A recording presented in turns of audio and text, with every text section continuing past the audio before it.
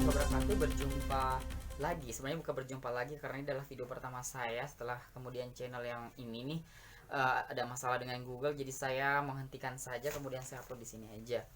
Jadi kali ini saya akan membahas tentang perjalanan saya mendapatkan Fleer UOS. Mungkin di luar sana bilang, wah beasiswa apa itu kok nggak pernah kedengeran. Emang sih beasiswa Fleer UOS ini tidak terlalu disosialisasikan.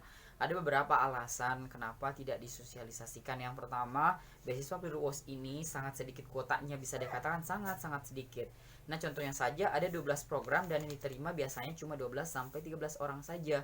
Itu memang versi ada yang berbeda-beda, yang mengatakan 14, 15, tapi yang pastinya setiap jurusan yang ada di Fleer UOS itu yang terdiri atas 12 sampai 14, nanti saya cek lagi, itu hanya menerima 1 sampai 3 orang. Jadi kayak waktu zamannya saya diterima cuma 1 orang aja. Itulah kemudian kenapa pentingnya.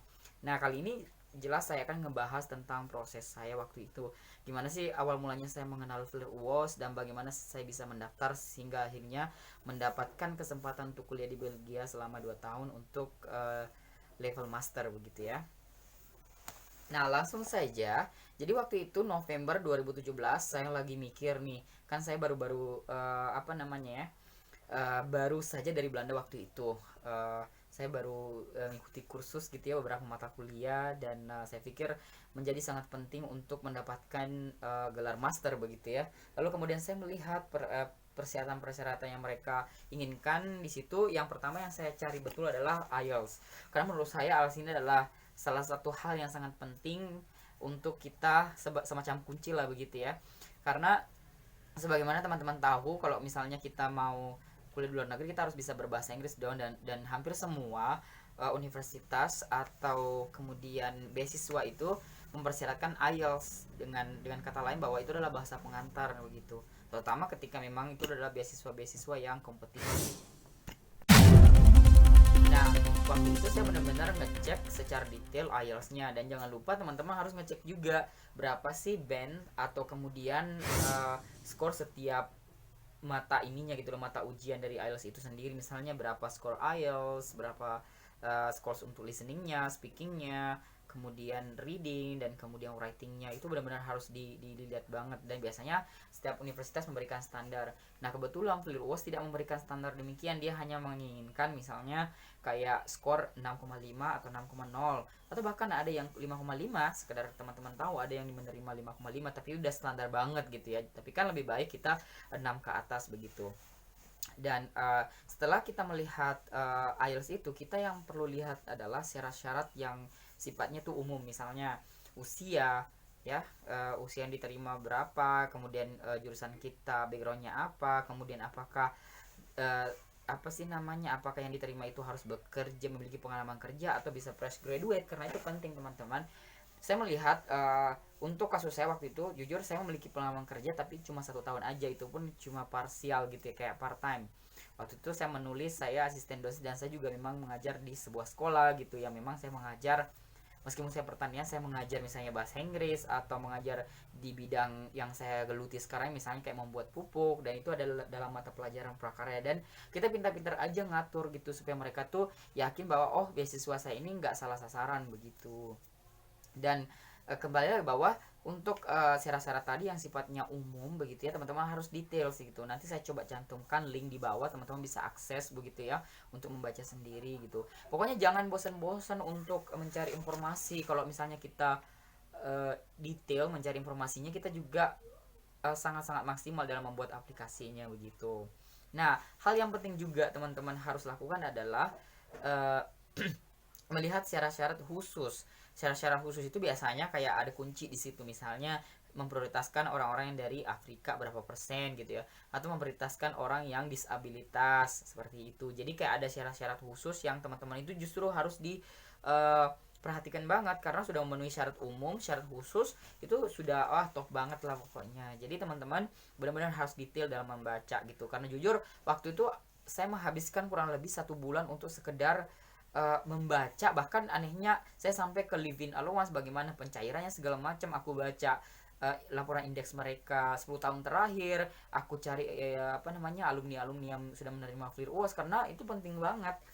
Karena itu terkait dengan apa sih namanya, hal-hal yang sifatnya integratif gitu. Kita bisa mengumpulkan segala macam informasi dari berbagai sumber.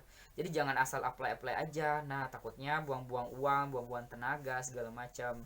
Ya kayak kasus aku tuh, jujur kalau Field UAS sendiri, meskipun aku melakukan secara maksimal, aku waktu itu tidak menempatkannya sebagai prioritas aku untuk diterima. Waktu itu aku ngapply beasiswa CGS China, kemudian aku juga mendaftar untuk beasiswa Turki waktu itu, dan alhamdulillah dipanggil wawancara. Tapi karena saya keburu keterima Flir UAS, jadi udah saya tolak aja. Dan jujur itu benar-benar sebenarnya aib banget ya, maksudnya tuh mungkin kalau aku daftar Flir beasiswa Turki yang Bursari itu kemungkinan aku ditolak gitu, karena kita udah lolos tes nih administrasi, terus kita tanpa alasan, tanpa oke lah, di situ memang ada kolom alasan, tapi biasanya mereka kita di blacklist atau kayak dapat cap hitam begitu ya, kayak mungkin tidak diprioritaskan lagi karena udah capek-capek diseleksi gitu ya.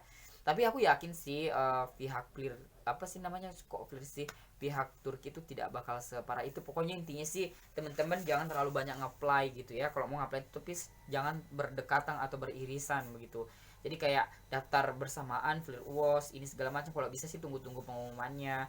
Kecuali sih itu tergantung ini juga sih, preferensi masing-masing. Kalau aku waktu itu aku ngerasa kayak Flir UAS ini eh, apa ya, aku ada keyakinan lulus ya, paling lulus 60%, dan ternyata Allah ngasihnya yang itu. Tapi namanya rezeki kan gimana gitu kan.